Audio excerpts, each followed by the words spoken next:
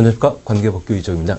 이번 시간은 75페이지에 건축에 대한 구조 설비와 관련된 사항으로 양가로 2번 관계 전문 기술자와의 협력 이 부분을 함께 보도록 하겠습니다. 우선 관계 전문 기술자 협력, 기존 건물을 건축하기 위해서는 건축사인, 설계자가 건축에 대한 안전 등을 계산하도록 되어 있습니다. 다만 대형 건축물에 있어서는 건축사보다 좀 더 전문가와 서로 협조해서 해당 건축물에 대한 안전성을 확보하라, 그런 의미인데요. 저희 1번 보시게 되면 건축구조기술사의 협력과 관련되어 기억 그대로입니다.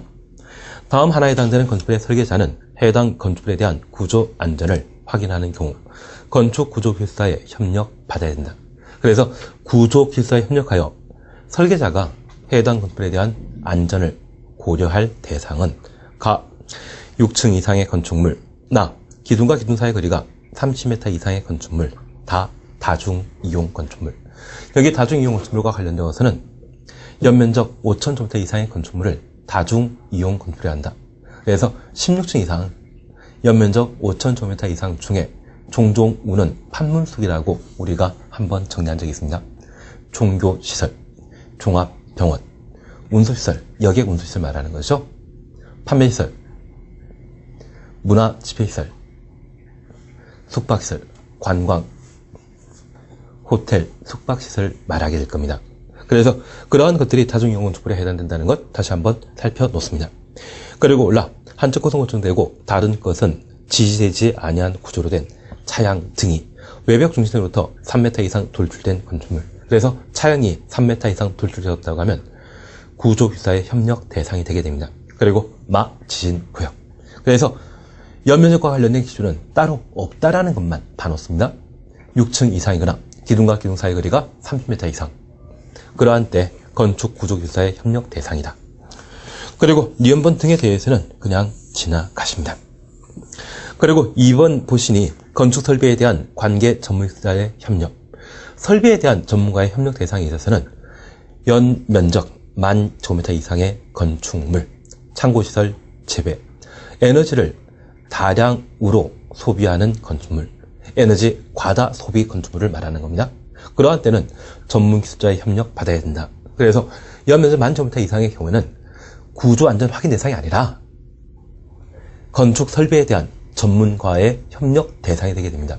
그래서 구조기술자의 협력 대상에는 층수 6층 이상이거나 기둥과 기둥 사이 거리 30m 이상인 때, 반면 연면적 10,000제곱미터 이상의 경우는 건축설비에 대한 전문기술자의 협력 대상이다. 그런 구분만 해놓습니다. 그리고 3, 4, 5번 그냥 지나갑니다. 그리고 76페이지에는 방화 등에 대한 피난 시설을 함께 볼 수 있습니다. 지금 우리는 건축법의 건축 제한과 관련되어 건축물에 대한 구조, 설비에 관한 규제를 함께 보고 있습니다. 지진 등에 대응하기 위한 안전에 관한 기준을 함께 받고, 우리 주변에는 저 지진 때문에 건물이 훼손되기보다 화재 사건으로 건물이 훼손되는 경우가 더 빈번합니다. 그래서 화재에 대처하기 위한 방화 기준을 우리 건축부에서는 마련하게 되는데, 이러한 방화와 관련되어서는 불이죠. 시험 볼 때까지 불천이라고 기억해 놓습니다. 보통 이 천과 관련되어서는 내화 구조, 불연재로, 방화 구획과 관련되어 보통 연면적 1000, 바닥면적 1000제곱미터를 기준으로 하는 것이 대부분입니다. 그래서 불에 대응하기 위한 구조 설비에 관한 사안을 1000제곱미터와 연결해서 설명하고 있으면 일단 맞는 것으로 한 수 접어두는 겁니다. 그래서 시험 볼 때까지 불천으로 기억해 놓습니다. 그리고 두 번째입니다. 이렇게 불이 난 건물로부터 건물 밖으로 탈출하기 위해서는 피난 용도의 구조, 설비가 필요합니다. 그 피난과 관련된 사안들을 함께 봐놓습니다. 그래서 76페이지에 양과 3번 방화 등에 대한 피난시설 등, 그리고 1번 그냥 지나갑니다. 그리고 2번입니다. 직통계단이라는 말을 우리가 함께 볼 수 있습니다. 그리고 가번 보니 건축물의 피난층, 외층에서는 피난층 또는 지상을 통하는 직통계단을 설치해야 한다. 그래서 건물이 2개 층 이상으로 구성되게 된다면 직통 계단을 만들란 이야기입니다. 만약 단층짜리 건물이라고 하면 직통 계단 필요 없겠죠. 그리고 나버립니다. 피난층 외층에 다음 하나에 해당되는 용도 규모의 건축물에는 국토교통부령이 정하는 바에 따라 직통 계단을 2개소 이상 설치하여야 한다. 1. 문화집회시설 등으로서 바다면적 합이 200제곱미터 이상의 건축물. 2.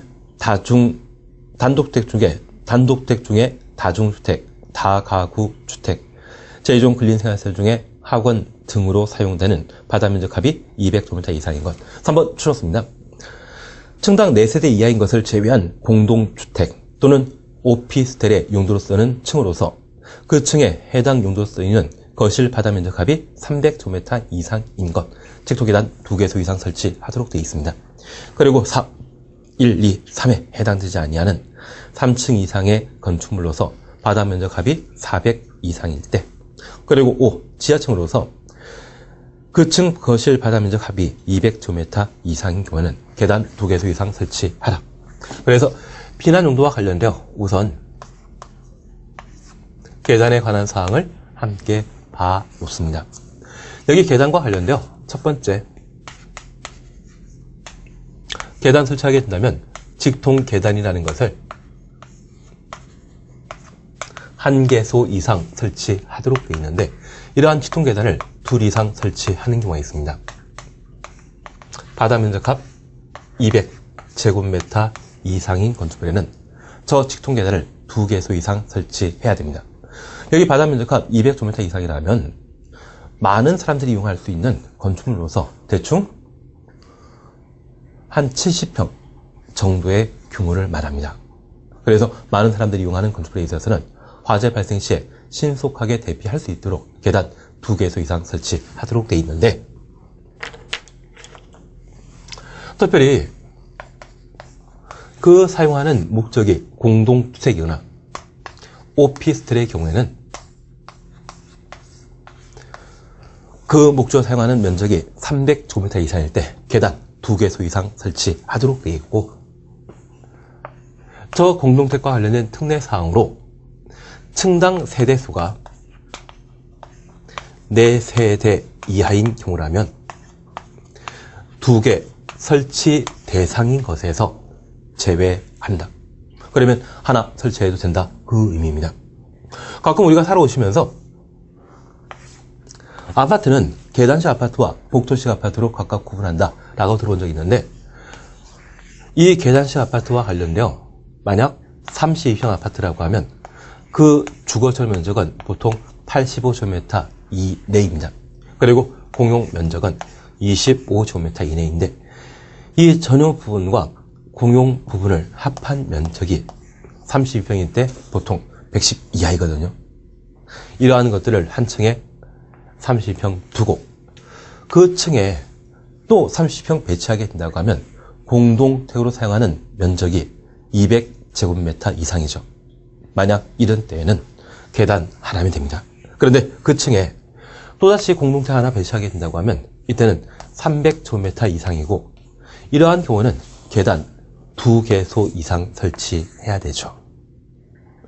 이렇게 3세대에 걸쳐 계단을 2개 사용하게 된다면 건축 입장에서는 어느 정도 낭비일 겁니다. 그래서 아예 복도식으로 만들거나 아예 2세대에 걸쳐 계단 하나를 사용할 수 있도록 계단식 형태의 아파트를 만들게 되는 겁니다. 그래서 공동택에 있어서는 그 층에 공동택에 쓰이는 바닥 면적 합이 300 이상일부터는 계단을 2개소 이상 설치해야 한다 된 겁니다. 그런데 최근 타워형 아파트란 말 들어본 적 있죠? 이렇게 공동택 만들게 되었는데 그 발코니 창이 동서남북으로 형성되어 있는 타워형 아파트가 요즘 만들어지고 있습니다. 그것은 건축법상의 특례로서 층당 세대수가 4세대 이하의 경우에는 직통 계단 하나 설치해도 되죠.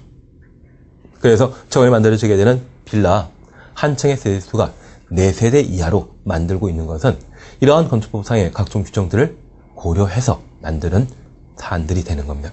그러면 우리가 이해하실 것은 화재 등이 발생했을 때 신속한 대피가 가능하도록 많은 사람들이 사용하게 되는 바다 면적 합 200제곱미터 이상의 건축물은 직통 계단을 2개